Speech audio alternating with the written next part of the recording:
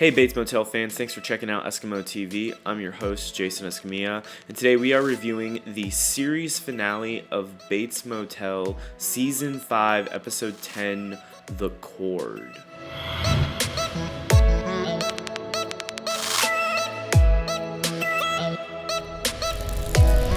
Before we talk about the details of the episode, I just have to applaud the writers for the direction that they went in this finale. I feel like it's really sad to say goodbye to Bates Motel, but I really felt like this episode was conclusive and was ended in the best way possible. This episode starts off immediately where the last episode left off, where Norman is taking Romero to Norma's body. When they arrive to the body location, Romero tells Regina to go ahead and walk away from this situation. This really is a dispute between him, Norman, and before Romero chooses to harm Norman, he really just wants to find out where Norma's body is hidden so that way he can get closure. And when he finds her, he breaks down and then really starts hurting Norman and just punching him.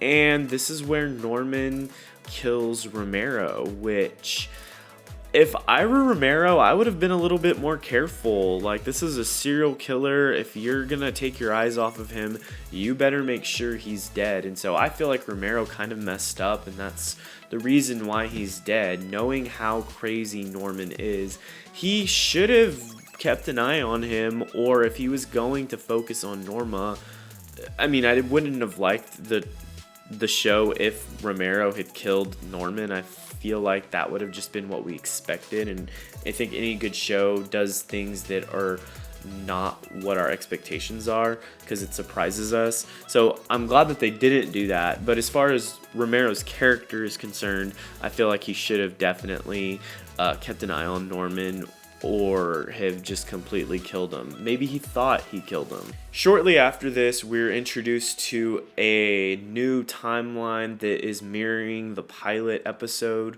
where Norman is just reimagining Norma at his happiest moment in life, and they are going to this new motel where everything's brand new and it's just them, and it's a way for them to start over, which is something I think Norman would want at this time. And I was really nervous because when it first showed this, Norma was saying, "This is all a dream, honey." And like half of me flipped out, because if this was all just a dream, I would have been mad, and I didn't think that the writers would do something that cheesy, so I didn't fully commit to that thought. But part of me was like, is this just a dream? No way, it can't be. Please don't do that. And so when it was shown that this was just Norman's insanity, I was relieved, because I really felt like that would have been a horrible ending. I really like that it cuts to this alternate timeline, because it shows Norman in a time when he was at his happiest moment, where it was just a reset on life, which is, I think, something Norman would want at this point.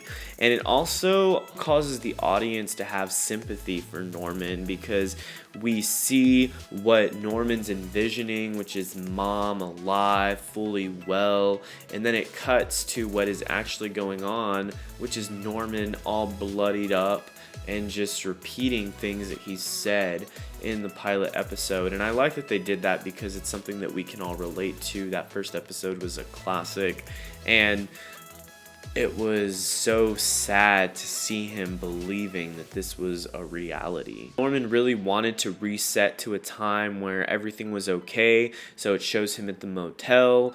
Everything's brand new. There's new guests that come and check in, and he's able to help them out, and everything seems fine to Norman. Unfortunately, this happy timeline doesn't last for too long. Norman calls Dylan, who quickly realizes how crazy Norman is. When he says he doesn't even know who Romero is, I like the scene of Dylan talking to Emma about Norman. Emma says that Dylan needs to call the cops right away, and Dylan says that that's not what he's gonna do. They don't have his best interest in mind. And I gasped because shortly after saying that, he brings a gun. Dylan heads into the house and sees how crazy Norman is, and I really felt bad for Dylan when he sees Norma dressed up even though she's completely dead. He pukes and doesn't have another human being to recognize the pain that he's feeling, because according to Norman, Mother is alive and well and they just are there to all have dinner. And my heart broke for Dylan because he is having to see his mom, who he hasn't seen since she was alive, dressed up dead at the dinner table, and he's also having to deal with the emotional pain that his brother is a psycho.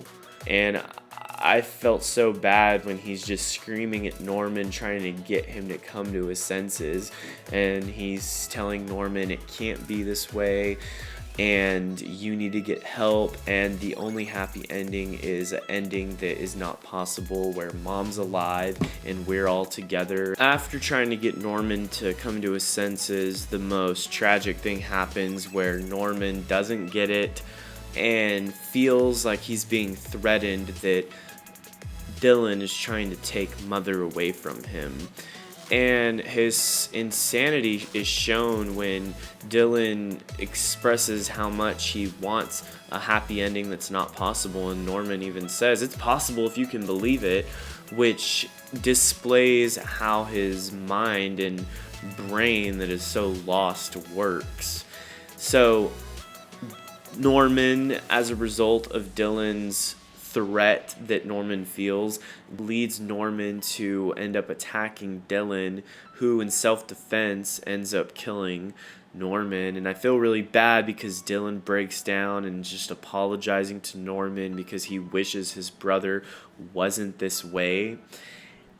And I felt so bad, and I thought at the same time that it was so beautiful to see the way that the writers did this, because it was different from Psycho, and I feel like if they had just copied Psycho, it wouldn't have been satisfying because we've already seen that.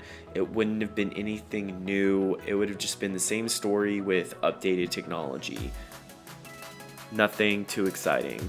I like that they put this twist on it, and I really felt like they communicated that even though it was on the surface a horrible ending for Norman, psyche-wise, it was a positive ending for him, because he, in his final closing thoughts while he was alive, he was finally reunited with the Mother character, who is all he ended up really wanting to be with. And Norma's dead, and the truth of the matter is Norman couldn't have a real relationship with her. So either Norman was going to be crazy and in a mental institution, not being able to get better, or he was going to die at this point in his life and feel like he was finally getting closure and connected to Mother. So that was the best ending for Norman. And then obviously we see a flash forward where Emma, Dylan are a happy family with their child, and I just felt good about the finale. There's some finales where you feel like, what? That's it? And obviously I think there's going to be some people upset about this show's ending, but the thing is, people are always mad at the end of any show because it's their baby. It's something that they want to look forward to every week. But I think that if the show had to end, this was a good way to go about it, because it really showed us that Dylan and Emma are now happy, and Norman is no longer going to go on killing sprees. And had it just been Norman went to therapy and he got better and now he had a happy ending too, I think it just wouldn't have been as exciting and not as fulfilling, because it's like, well, he could have done that a long time ago. This death scene that was done by the most unexpected person. If you had have asked anyone who's going to kill Norman, a lot of people would have thought Sheriff Romero because of the events in the previous episode. And so the fact that Dylan did this was very crazy. Well, I'm sad to see Bates Motel go, but I think that the ending was very fitting. Let me know your thoughts on the ending. What did you think? Did you like it? If you didn't, how do you think the ending could have been better? I hope you liked this review. If you did, subscribe to my channel, EskimoTV, and I will definitely be posting reviews for other TV series.